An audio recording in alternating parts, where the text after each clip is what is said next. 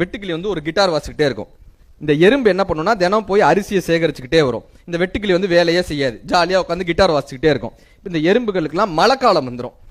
மழை காலம் வந்தோடனையும் இந்த வெட்டுக்கிளிக்கு ரொம்ப பசி ஏற்படும். இந்த எறும்பு சொல்லும், இந்த பார் இதுக்காகத்தான் உன்னை உழைக்க சொன்னேன், ஹார்ட் ஒர்க் பண்ணா மட்டும்தான் நம்ம சர்வே பண்ண முடியும், ஒழுங்கா ஹார்ட் ஒர்க் பண்ணோம். மழை காலம் வந்துருச்சு, இப்ப நீ பசியில் இருக்கு பாத்தியா, நாங்கெல்லாம் சேர்த்து வச்சோம், இப்ப சாப்பிட்றோம் பாத்தியான்னு அதுக்கு அறிவுரை சொல்லியிருக்கு. கடைசியா சொல்லிச்சு, இந்த பார் நான் அரிசி தூக்குறதுக்காக பிறக்கல, நம்மளுடைய பர்பஸ் ஆஃப் லைஃப் இருக்கும்ல, நான் அரிசி தூக்குறதுக்காக பிறக்கல, நான் பசியில செத்தாலும் சரி கிட்டாரோடையே சாவுறேன்.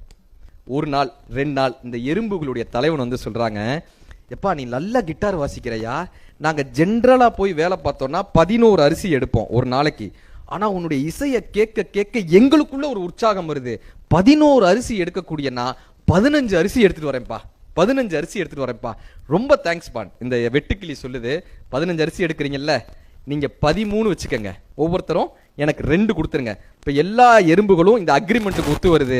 இப்ப வெட்டுக்கிளி தினமும் கிட்டார் வாசிச்சுக்கிட்டே இருக்கு, எல்லா எறும்புகளும் அதுக்கு 2 அரிசிகள் கொடுத்துட்டே போகுது.